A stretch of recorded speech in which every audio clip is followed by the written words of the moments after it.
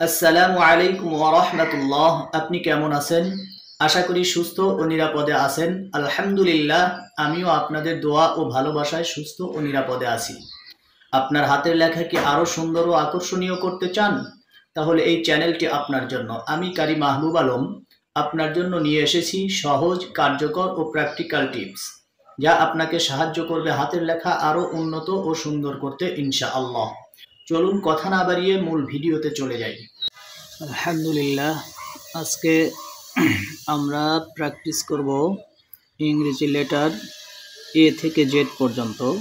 দেখেন আমি আমার কলমটা কোথায় ধরেছি এবং কলমের কোথা থেকে লেখা শুরু করতেছি। খাতায় দাগটা খেয়াল করবেন, এই দাগের একটু নিচের থেকে আমি এই শুরু করলাম। এই হচ্ছে আমাদের ও, এই ওটা লিখলাম। দেখেন এই দাগ পর্যন্ত উঠেছি। এরপরে এ এ এরপরে হচ্ছে দেখেন আমি কোথা থেকে শুরু করি এবং কোথায় গিয়ে শেষ করি। এইটা হচ্ছে সবচাইতে বড় বিষয়। আপনি সুন্দর করবেন হাতের লেখা, কিন্তু আপনি দাগগুলো খেয়াল করবেন না। কোথা থেকে লেখা শুরু হচ্ছে, কোথায় শেষ হচ্ছে, এগুলো খেয়াল করবেন না। এটা হবে না।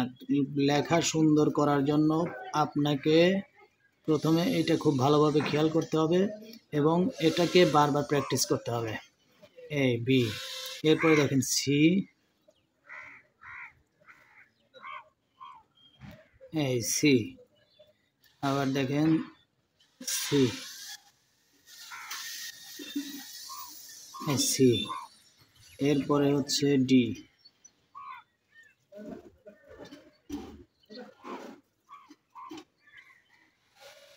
খুব খেয়াল করবেন আমি কোথা থেকে লেখা শুরু করি এবং কোথায় শেষ করি। এটা খুব ভালোভাবে খেয়াল করবেন, তাহলে আপনার লেখা সুন্দর হবে। আপনি আপনার বাচ্চাকেও এইভাবে প্র্যাকটিস করাবেন, তাহলে আপনার বাচ্চার হাতের লেখাও সুন্দর হবে। আপনি আপনার ছাত্রকেও এইভাবে সুন্দর করাবেন। খুব ভালোভাবে খেয়াল করেন। দেখেন এরপরে আমি লিখতেছি ই।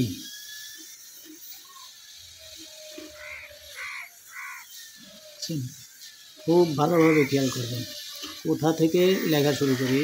এইখান থেকে শুরু করে এই ই এখানে এসে শেষ হয়েছে। এরপরে দেখেন এফ, এই যে বি লিখেছি, এই বিটার মতোই হবে এফ। এই যে এখান থেকে এই বির মতো শুরু করে এই টানটা এই নিচে চলে আসবো।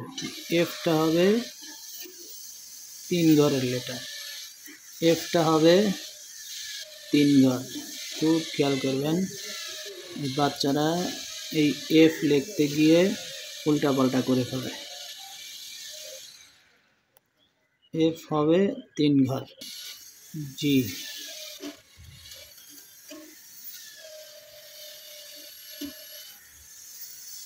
খুব ভালোভাবে খেয়াল করবেন।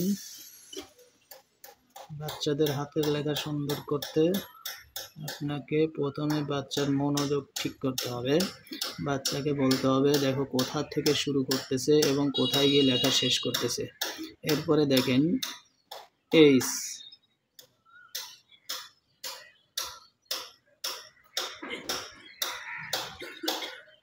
এইচ, এরপরে আই, আই,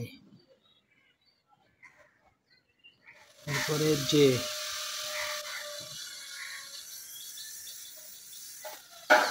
আরেকটা জিনিস খেয়াল করবেন কোন লেটারটা কোন দিকে হবে, উপরে যাবে না নিচে যাবে না মাঝখানে যাবে। জি লিখেছি মাঝখানের ঘর নিচের ঘর, এইচ লিখেছি মাঝখানের ঘর উপরের ঘর, আই লিখেছি মাঝখানের ঘর, জে লিখেছি মাঝখানের ঘর নিচের ঘর।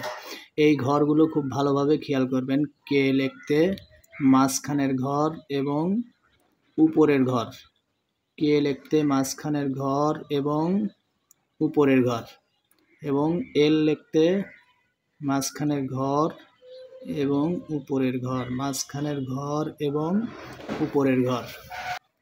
এম লিখবেন শুধু মাঝখানের ঘর, এম, এম লিখবেন শুধু মাঝখানের ঘর। এন লিখবেন শুধু মাঝখানের ঘর, লিখবেন শুধু মাঝখানের ঘর। ও লিখবেন শুধু মাঝখানের ঘর। পি লিখবেন মাঝখানের ঘর নিচের ঘর, এইভাবেও লেখা যায় পি।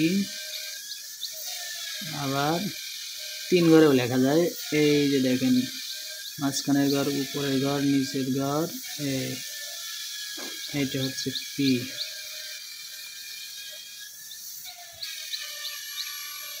পি এইচ এর মতোই, শুধু নিচে একটু এটা দিয়ে দিলে। কিউ লিখবেন মাঝখানের ঘর, লিখবেন মাঝখানের ঘর,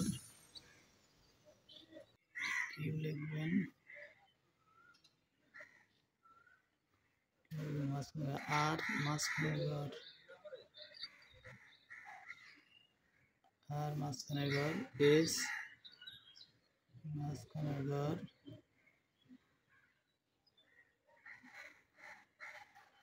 টি, মাঝখানের ঘর উপরের ঘর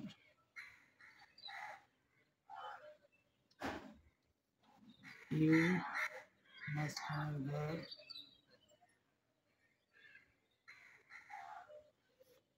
ভি, মাঝখানের ঘর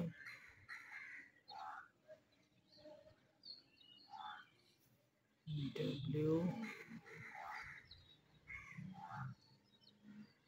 মাঝখানের ঘর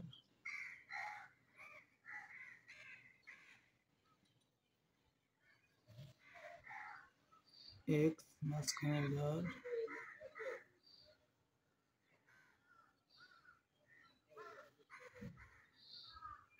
ওয়াই, মাঝখানের ঘর এবং নিচের ঘর।